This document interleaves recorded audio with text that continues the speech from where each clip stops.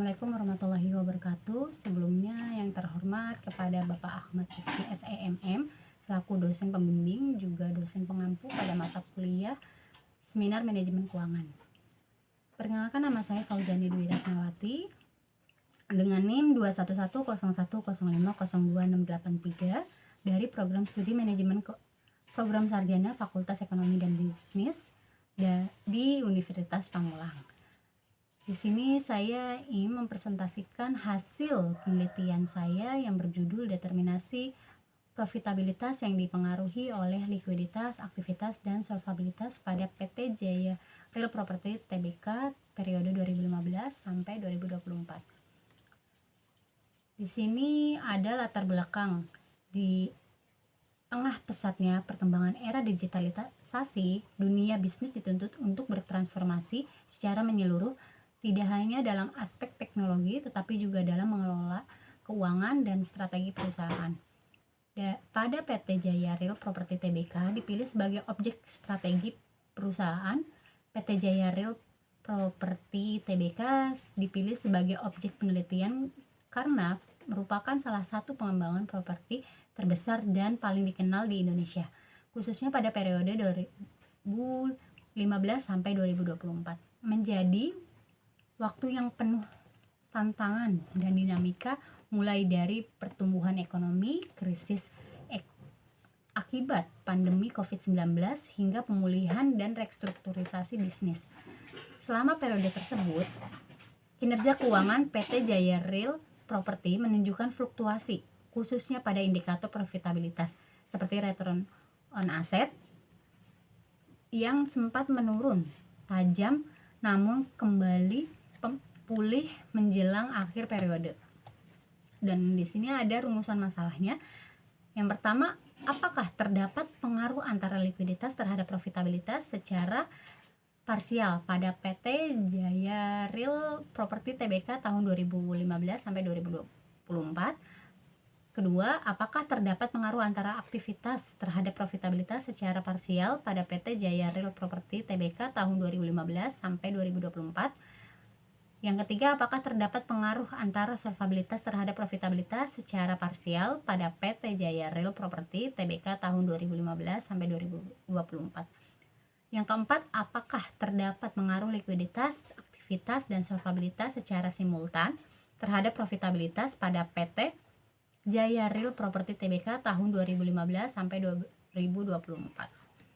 Di sini ada juga tujuan penelitiannya. Yang pertama, untuk mengetahui pengaruh likuiditas terhadap profitabilitas pada PT Jaya Real Property Tbk tahun 2015 sampai 2024. Yang kedua, untuk mengetahui pengaruh aktivitas terhadap profitabilitas pada PT Jaya Real Property Tbk tahun 2015 sampai 2024. Yang ketiga, untuk mengetahui pengaruh solvabilitas terhadap profitabilitas pada PT Jaya Real Property Tbk tahun 2015 sampai 2024. Dan yang keempat, untuk mengetahui pengaruh likuiditas, aktivitas, dan solvabilitas secara simultan terhadap profitabilitas pada PT Jaya Real Property Tbk tahun 2015 sampai 2024. Selanjutnya ada manfaat penelitian. Di sini ada 3 indikator. Yang pertama, bagi penulis, sebagai perbandingan teori-teori yang didapat selama perkuliahan dan dari literatur yang disesuaikan dengan dunia kerja yang sebenarnya. Dan hasil penelitian ini dapat juga digunakan sebagai referensi dan wacana penulis untuk mengembangkan ilmu pengetahuan.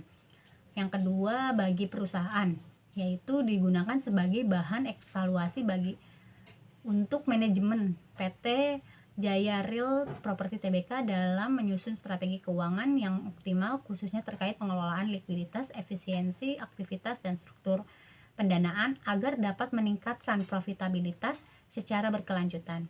Yang indikator ketiga yaitu bagi akademik, sebagai tambahan referensi ilmiah dalam bidang manajemen keuangan, khususnya yang berkaitan dengan analisis determinan profitabilitas di sektor properti dan dapat memberikan kontribusi teoritis dalam mengembangkan kajian rasio keuangan. Selanjutnya ada landasan teori. Di sini saya menggunakan 4 variabel. Yang pertama, likuiditas. Likuiditas merupakan kemampuan perusahaan dalam membayar kewajiban jangka pendeknya atau utang lancar. Pada saat jatuh tempo, likuiditas yang diukur oleh current ratio menunjukkan likuiditas yang baik. Namun jika terlalu tinggi bisa menandakan dana yang mengendap dan tidak dimanfaatkan secara produktif. Yang kedua, aktivitas. Aktivitas adalah efisiensi operasional perusahaan dalam mengelola sumber daya untuk mencapai tujuan keuangan. Aktivitas ini diukur dengan total aset turnover karena sektor properti seperti PT Jaya Real Property Tbk mengandalkan aset tetap dan aset lancar dalam skala besar. Yang ketiga, solvabilitas.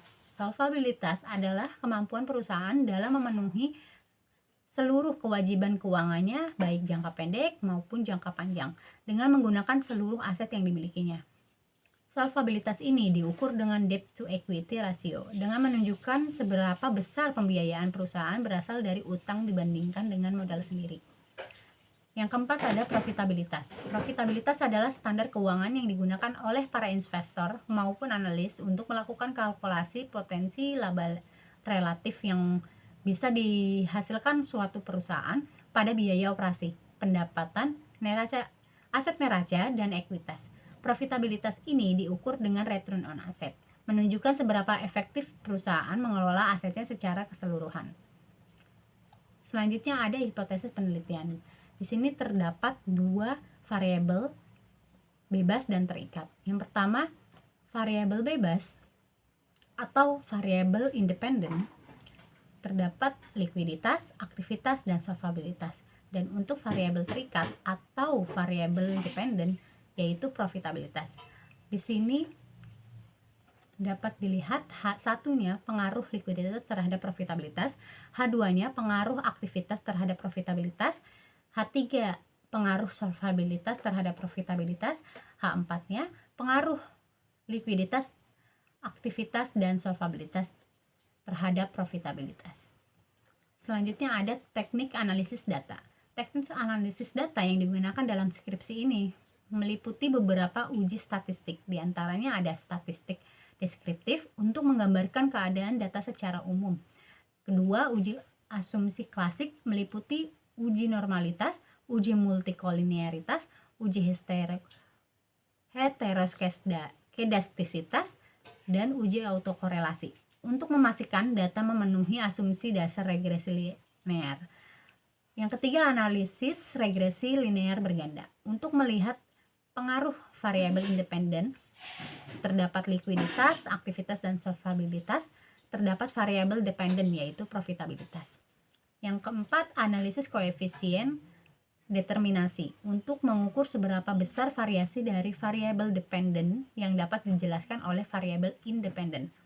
Yang kelima ada uji parsial atau uji T untuk melihat pengaruh variabel independen secara parsial terhadap variabel dependen. Yang keenam ada uji simultan atau uji F untuk menguji apakah model regresi yang digunakan yaitu keadaan fit. Dan selanjutnya ada metode penelitian. Di sini saya menggunakan dengan metode kuantitatif deskriptif dengan objek penelitian PT Jaya Real Property Tbk periode 2015 sampai 2024. Dan untuk mengambil data laporan keuangan tahunan pada PT Jaya Real Property Tbk yang sudah dipublikasikan dapat diakses melalui website. Dan untuk populasi dan sampel menggunakan laporan neraca dan laporan laba rugi pada laporan keuangan PT Jaya Real Property Tbk periode 2015 sampai 2024. Untuk operasi variabelnya terdapat 4 variabel. Yang pertama likuiditas, yaitu menggunakan current ratio. Untuk rumusnya yaitu CR sama dengan aktiva lancar dibagi utang lancar sama dikali 100%. Dan untuk aktivitas menggunakan total asset turnover. Untuk rumusnya adalah TATO sama dengan penjualan dibagi total aktiva. Dan untuk solvabilitas menggunakan debt to equity ratio yang rumusnya adalah DER sama dengan total utang dibagi total ekuitas. Yang terakhir yaitu profitabilitas menggunakan return on asset dengan rumus ROA sama dengan laba bersih dibagi total aset. Selanjutnya ada hasil penelitian yang sudah saya uji dengan uji statistik deskriptif dan uji asumsi klasik. Untuk uji asumsi klasik terdapat uji normalitas. Dengan hasil uji tersebut, yaitu menggunakan uji Shapiro-Wilk dari Stata, terlihat bahwa nilai p-value dengan sebesar 0,22256 yang berarti prob lebih besar dari 0,05, maka dapat disimpulkan bahwa data residual berdistribusi normal dan model regresi telah memenuhi asumsi normalitas. Dan selanjutnya ada uji multikoliniaritas.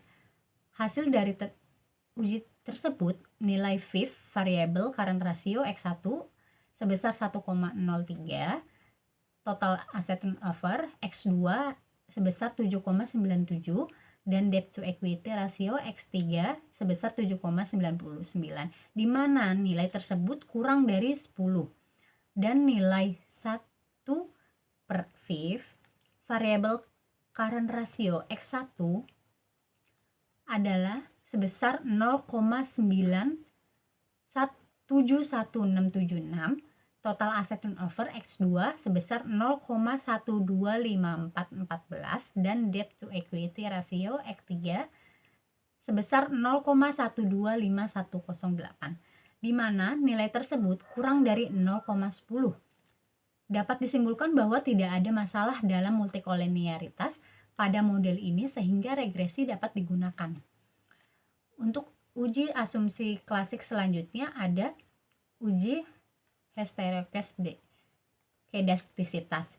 Dengan hasil uji tersebut, dengan menggunakan Brespekin atau Cook-Weisberg tes melalui perintah StatTest pada Stata, diperoleh nilai chi-square sebesar 0,45 dengan signifikan lebih besar dari chi2 yaitu 0,5031. Karena nilai signifikan lebih besar dari 0,05, maka dapat disimpulkan bahwa tidak terdapat heterokedastisitas dalam model regresi. Untuk uji asumsi klasik selanjutnya ada uji autokorelasi. Hasil dari uji tersebut menggunakan Darwin-Watson tes diperoleh dengan nilai sebesar 2,131496. Nilai ini berada dalam batas toleransi normal, yaitu antara 1,50 hingga 2,50. Maka dapat disimpulkan tidak terjadi autokorelasi pada model regresi. Selanjutnya ada analisis regresi berganda. Regresi linear berganda. Di sini terdapat hasil dengan 4 indikator. Yang pertama, nilai konstan adalah minus 6,291 yang artinya bahwa apabila nilai variabel independen terdiri likuiditas, aktivitas, dan solvabilitas yaitu 0, maka nilai variabel dependen terdiri profitabilitas yaitu turun sebesar minus 6,291. Indikator yang kedua, nilai koefisien regresi sebesar 0,040 yang artinya ketika nilai variabel independen likuiditas mengalami peningkatan satu satuan, maka menaikkan nilai profitabilitas sebesar 0,040. Indikator yang ketiga yaitu nilai koefisien regresi sebesar 5,203. Artinya ketika nilai variabel independen aktivitas mengalami peningkatan satu satuan yang sangat berpengaruh paling kuat, maka akan menaikkan nilai profitabilitas sebesar 55,203. Indikator yang keempat, nilai koefisien regresi minus 0,017, artinya ketika nilai variabel independen solvabilitas mengalami penurunan, maka nilai variabel dependen profitabilitas turun sebesar minus 0,017. Untuk selanjutnya ada uji hipotesis yang terdiri dari uji parsial atau biasa disebut dengan uji T. Di sini ada terdiri 4 indikator, hasil 4 indikator. Yang pertama, indikator pengaruh likuiditas menggunakan current ratio terhadap profitabilitas ROA. Koefisien regresi sebesar 0,040, nilai T hitung sebesar 2,25 dan p-value sebesar 0,065. Karena p-value lebih besar 0,05 tetapi kurang dari 0,10, maka variabel ini tidak signifikan pada taraf 5%, namun marginalis signifikan pada taraf 10%. Hal ini menunjukkan bahwa likuiditas memiliki pengaruh yang mendekati signifikan terhadap profitabilitas dan bisa dipertimbangkan dalam model dengan tingkat keyakinan lebih longgar. Indikator yang kedua yaitu pengaruh aktivitas total asset turnover terhadap profitabilitas ROA. Koefisien regresi sebesar 55,203, nilai T hitung sebesar 3,67 dan p-value 0,010. Karena p-value kurang dari 0,05, maka variabel aktivitas berpengaruh secara signifikan terhadap profitabilitas. Ini menunjukkan bahwa semakin tinggi rasio aktivitas seperti total asset turnover, maka profitabilitas perusahaan cenderung meningkat. Aktivitas adalah variabel yang paling kuat pengaruhnya dalam model ini. Indikator yang ketiga yaitu pengaruh solvabilitas dengan debt to equity ratio terhadap profitabilitas ROA. Koefisien regresi sebesar minus 0,017, nilai T hitung sebesar minus 0,42 dan p-value sebesar 0,686. Dikarenakan p-value jauh di atas 0,05, maka dapat disimpulkan bahwa variabel solvabilitas tidak berpengaruh secara signifikan terhadap profitabilitas. Artinya, perubahan dalam rasio solvabilitas seperti debt to equity ratio tidak secara signifikan mempengaruhi perubahan profitabilitas perusahaan dalam model ini. Selanjutnya ada uji hipotesis yang dengan uji simultan atau uji F. Di sini hasil dari uji tersebut nilai statistik F sebesar 28,04 dengan nilai signifikan nilai profitability signifikannya sebesar 0,0006 lebih kecil dari 0,05. Dengan demikian H0 ditolak dan secara simultan variabel current ratio X1, total asset turnover X2 dan debt to equity X3 berpengaruh signifikan terhadap return on asset. Dan untuk uji koefisien determinasi, hasil uji ini dengan nilai R square yaitu sebesar 0,9334. Hal ini berarti sebesar 0,9334 atau 93,34% dapat dijelaskan oleh ketiga variabel independen yaitu likuiditas X1, aktivitas X2, dan solvabilitas X3. Sedangkan sisa 6,66% hasil dari 100% dikurang 93,34% dipengaruhi oleh faktor lain yang tidak diteliti. Maka adjusted R kuadrat sebesar 0,9001 adalah versi koreksi dari R kuadrat yang lebih akurat untuk model dengan lebih dari satu variabel independen. Selanjutnya yang terakhir adalah kesimpulan dan saran. Kesimpulan pada penelitian ini secara individual, current ratio dan debt to equity ratio tidak berpengaruh terhadap ROA atau return on asset, tetapi tidak digabungkan dengan total asset turnover secara simultan memiliki pengaruh yang sangat signifikan terhadap return on asset. Hal ini dapat menunjukkan bahwa interaksi ketiga variabel digabungkan memiliki peran besar dalam menentukan besar kecilnya laba perusahaan, khususnya dalam mengelola likuiditas secara bijak, mengoptimalkan efisiensi operasional, dan menyeimbangkan struktur pendanaan antara modal sendiri dan utang.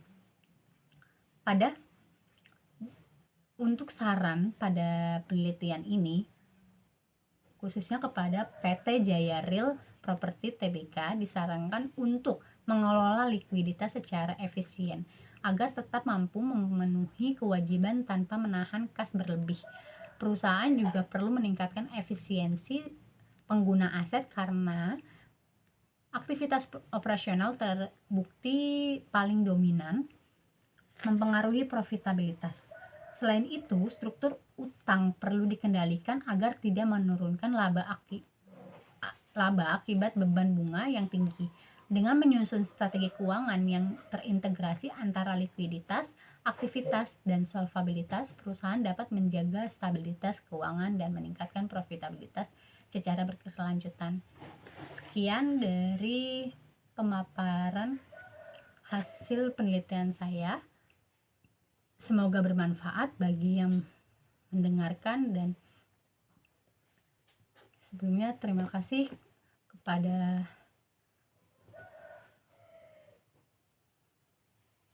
Pak Lutfi untuk waktunya. Kurang lebihnya mohon maaf. Wassalamualaikum warahmatullahi wabarakatuh.